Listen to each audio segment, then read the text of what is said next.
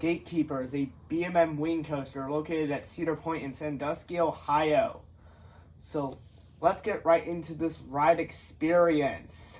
So first you take a turn out of the station into your lift hill. On this lift hill you get a nice view of Lake Erie and Cedar Point itself. And then you go into your wing over drop. This is a pretty good element for a wing coaster. It just works.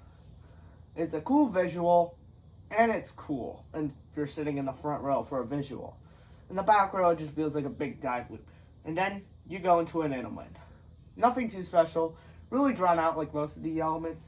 And then you go into the dead spot, a big, massive air tent hill. Doesn't really give any airtime. It doesn't make a whole lot of sense on an inversion focused ride. Then you go into a flat spin.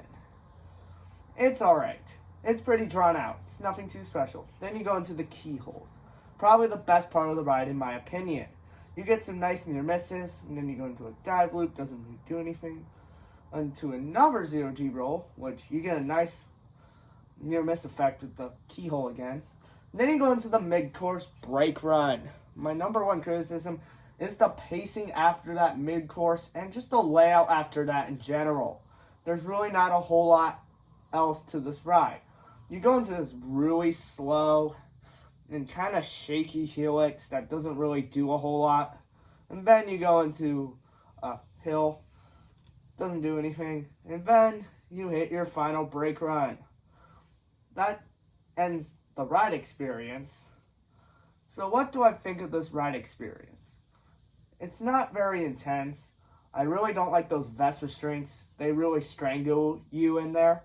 And the ride's not that forceful for a ride that's 170 feet tall. And my number one criticism with Gatekeeper is the rattle. Sometimes it's offered a smooth experience, but most of the time, it's a pretty rattly ride. It's not very smooth. I'd have to shout out the valleys for this. Have some really shaky vibrations.